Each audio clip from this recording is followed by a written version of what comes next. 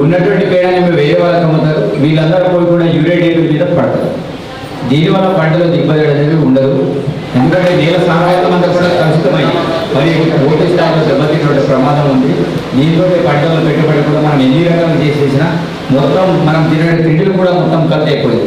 ఎరువులు పండించే రైస్ కావచ్చు, అదేవిధంగా కందులు కావచ్చు, జొన్నలు కావచ్చు, ప్రతి దాంట్లో కూడా మందు అయితే ఎరువులు పట్టుబడినట్టు పరిస్థితి.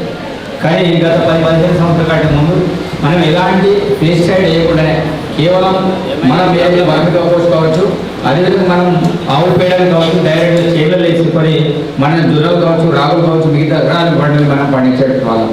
కానీ దాని పూర్తి స్థాయిలో విరుద్ధంగా ఈరోజు మనమంతా నేల కూడా పూర్తి స్థాయిలో కలుషితమై దాని సారవంతం పూర్తి స్థాయిలో కోల్పోయి మరి పంటలు పండే పరిస్థితి. కాబట్టి నేను కోరుకున్న కలెక్టర్ గారు రిక్వెస్ట్ చేసింది ఏంటంటే ఈ ప్రాంతంలో కూడా విపరీతమైన ఇరిగేషన్ ఉంది. అంటే తక్కువ లోతుల్లో మనకు వాటర్ అనేది బయటకు వస్తుంది. కాబట్టి ఈ ప్రాంతంలో మనము తీసుకోండి, దానివల్ల 6 నెలల లోపల మనం పంటని అంటే ఫిష్ని మనం బయటకు తీసుకుంటే ఆస్కారం ఉంటుంది. అందరూ కూడా ఫిష్ పాండ్ అనేది మోస్ట్ ఇంపార్టెంట్. అదేవిధంగా ఆయిల్ పామ్ గురించి కూడా మరి మీ గ్రామాల్లో చాలా చోట్ల ఎక్కడైతే పాసిబుల్ ఉంటుందో అట్లాంటి దాంట్లో ఆయిల్ పామ్ వేయాలి. అదేవిధంగా నిలగిరి తోటలు ఎక్కడైతే మీకు పనికిరాని వ్యవసాయ భూములు ఉన్నాయో అట్లాంటి ప్రాంతాలలో మీరు నిలగిరి తోటలు లాంటి తోటలు వేయండి. దానికి వాటర్ కూడా అంత అవసరం ఉండదు. కాబట్టి కొంత నిలగిరి ప్లాంటేషన్ కూడా మనం చేయాలి. ఎందుకంటే ఒక 5 సంవత్సరాల లోపల ఆ క్రాప్ అనేది రావడం అనేది జరుగుతుంది. కాబట్టి డిఫరెంట్ ఆలోచన విధాలతోటి మనం ముందుకెళ్తే తప్పకుండా బాగా సక్సెస్ఫుల్ అవుతాం.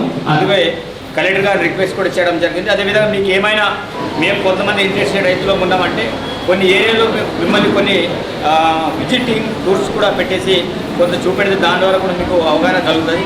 ఎందుకంటే ఫిష్ పాండ్ అనేది చాలా అంటే తక్కువ పెట్టుబడితో ఎక్కువ వచ్చేటువంటి ఆదాయం ఫిష్ పాండ్. కాబట్టి అది డిఆర్డిపి మేడం అడిగితే అంటే పాంపాండ్స్ రూపంలో ఇండివిజువల్గా కూడా మనం చేసుకునే ఆస్కారం ఉంటుంది. కాబట్టి పాంపాండ్స్ కోణంలో కూడా మీరు ఆలోచన చేస్తే బాగుంటుంది. ఎందుకంటే చాలా రకాల రైతులు కేవలం వరి మీద డిపెండ్ అవుతారు. కానీ ఈ ప్రాంతం అంతా కూడా వరి పండిస్తారు. వరితో పాటు మిగతా పంటల మీద కూడా మీరు దృష్టి సారిస్తే ఎక్కువ ఆదాయాన్ని పొందేటువంటి ఆస్కారం ఉంటుందని తెలియజేస్తున్నాం. కాబట్టి ఈ వీడియో కాన్ఫరెన్స్ ద్వారా మీరు వీక్షించిన అదేవిధంగా మీరందరూ కూడా చాలామంది యూట్యూబ్లలో మీరు కొన్ని చూడండి. అదేవిధంగా ఫిష్ పాండ్స్ కావచ్చు, అదేవిధంగా మిగతా మామిడి తోటలు కావచ్చు, అదేవిధంగా ఆయిల్ పామ్ తోటలు కావచ్చు, అదేవిధంగా డిఫరెంట్ ఆఫ్ తోటలు ఏవైతే ఉంటాయో మీరు యూట్యూబ్లో కొడితే అంటే ఎంత తక్కువ పెట్టుబడితోటి మనం ఏ రకంగా చేయాలో ఈరోజు ప్రతి ఒక్కరి చేతుల్లో సెల్ ఫోన్లు అనేవి ఉన్నాయి. కాబట్టి దాని ద్వారా మీరు అనేక రకాలుగా డిఫరెంట్ ఆలోచనలు మీకు కూడా వస్తాయి. కాబట్టి అదేవిధంగా కోళ్ళ పెంపకం కావచ్చు, నాటుకోళ్ళ పెంపకం ఎక్కడ దానికి పెద్ద చేయాల్సిన అవసరం లేదు. మినిమం ఒక 2-3 లక్షలు పెట్టుబడి పెట్టేసి అదేవిధంగా ఎక్కడ మామూలు షెడ్ వేసి ఒక సంవత్సరం మనం నడిపిస్తే సెకండ్ టర్మ్ కల్లా మనం ఒక పర్మనెంట్ సెటప్ని మనం షెడ్ని వేసుకుంటే వెసులుబాటు మనకు ఉంటుంది. కాబట్టి బతకాలంటే అనేక రకాల మార్గాలు ఉంటాయి. ప్రతిదానికి డబ్బు అనేది ప్రామాణికం కాదు. కాబట్టి డబ్బు లేకుండానే మనం ఇట్లాంటి చిన్న అదేవిధంగా గవర్నమెంట్ తరఫున కూడా మనము లోన్స్ రూపంలో కూడా ఇవ్వడానికి ఆస్కారం ఉంటుంది. ఎందుకంటే మీరు ఆయిల్ పామ్ వాళ్ళు కూడా మీకు 50% నాకు తెలిసి ఆయిల్ పామ్ మేడం ఎంత ఉంది, ఎంత పర్సెంటేజ్ ఉంది సబ్సిడీ?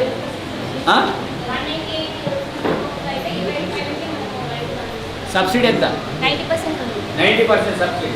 అంటే అర్థం చేసుకోండి, 90% సబ్సిడీ అంటే ₹1,00,000 అంటే 90,000 మీకు సబ్సిడీ. 10,000 మాత్రం మీరు పెట్టుబడి పెట్టాల్సి ఉంటుంది.